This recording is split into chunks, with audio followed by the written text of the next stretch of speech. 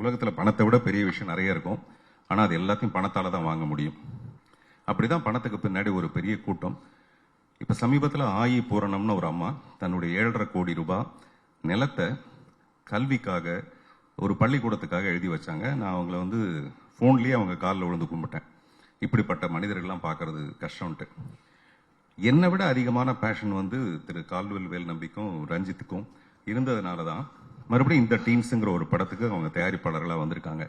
இப்போ இந்த படத்தை என்ன விலைக்கு விற்க முடியும், எவ்வளோ லாபம் வரும், அது எதுவுமே அவங்களுடைய எதிர்பார்ப்பு கிடையாது.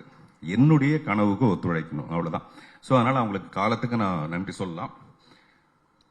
அது இந்த படம் பொருளாதார ரீதியாகவும் ஒரு பெரிய வெற்றி அடையுன்றது என்னுடைய நம்பிக்கை. காரணம் இது ஒரு குழந்தைங்களை வச்சு நான் பண்ணுற ஒரு படம். 13 குழந்தைங்களை வச்சுட்டு குடும்பத்தோட பார்க்கக்கூடிய எந்த எக்ஸ்பெரிமெண்டல் முயற்சிலாம் இல்லாமல், பட் அட் த சேம் டைமில் நீங்கள் பார்க்குற ரெகுலரான ஒரு ஃபில்மாக அது இருக்காது.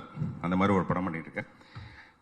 இந்த படத்துக்கு ஒரு பக்க பலம் திரு கேமி கேரி, இந்த படத்தோட சினிமாட்டோகிராஃபர்.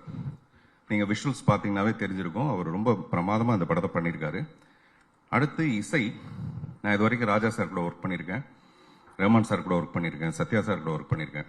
பட் இமான் சாரோட ஒர்க் பண்ணணுங்கிறது எனக்கு ரொம்ப ஆசை. நான் ரொம்ப நாளாக அதை ட்ரை பண்ணேன். ஏதோ ஒரு காரணம், மைனாலாம் படம் பார்த்துட்டு 4 ஃப்ரேம்ஸில் கீழே நின்று மிஸ்டர் உதயநிதி ஸ்டாலினுக்கு ஃபோன் பண்ணி இந்த படத்தை நீங்கள் வாங்கியே தரணும்னு சொல்லி அவரை வரவழைச்சி படம் காட்டினேன். அவர் இப்போ சொன்னார், ஒரு காதலிக்கு தான் இந்த மாதிரி பண்ணுவாங்க. என் காதல் அங்கேருந்து ஆரம்பிச்சது இமான் மேலே. அப்போ ஆரம்பித்த காதல் அது இது வரைக்கும் நீண்டு இப்போ தான் நாங்கள் 2 பேரும் ஒரு கல்யாணம் பண்ணிட்டு குடும்பம் நடத்துகிற லெவலில் ஒரு 7 பிள்ளைங்க பிறந்திருக்கு. நான் சொல்கிறது 7 பாட்டு. இத்தனைங்க நாங்கள் நிறைய நைட்டில் ஒர்க் பண்ணுறவர் கிடையாது அவர். அதனால் எங்களுக்கு ஃபர்ஸ்ட் நைட்டாக இல்லாமல் எல்லாம் ஃபர்ஸ்ட் டேவாகவே நடந்துருந்துருக்கு இவ்வளோ நாளாக.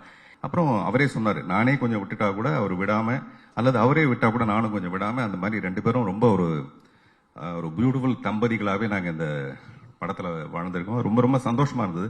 நான் அடுத்த படத்துக்கு வேற மியூசிக் டைரக்டர் நான் முன்னாடி நினச்சிருந்தேன், இந்த படம் ஆரம்பிக்கிறதுக்கு முன்னாடி. இப்போ இந்த நினைப்பு இப்போ மாறி போச்சு. ஸோ அப்படி இமானோட நான் ஒர்க் பண்ணுறது ரொம்ப ரொம்ப சந்தோஷம். இன்னும் அவரை பற்றி நிறைய பேசுறதுக்கான நிறைய மேடைகள் இருக்கு. அப்புறம் இந்த விருது எனக்கு ரொம்ப மகிழ்ச்சி. அப்புறம் ஒரு படத்தோட ஆரம்பத்திலேயே இந்த மாதிரி உலக லெவலில் அது ரெகக்னைஸ் ஆகிறதுங்கிறது ரொம்ப ரொம்ப ஒரு பெரிய உத்வேகத்தை கொடுத்துருக்கு. விரைவில் இந்த படம் திரைக்கு வரும். செய்திகளை உடனுக்குடனும் துல்லியமாகவும் தெரிந்து கொள்ள சப்ஸ்கிரைப் பண்ணுங்க.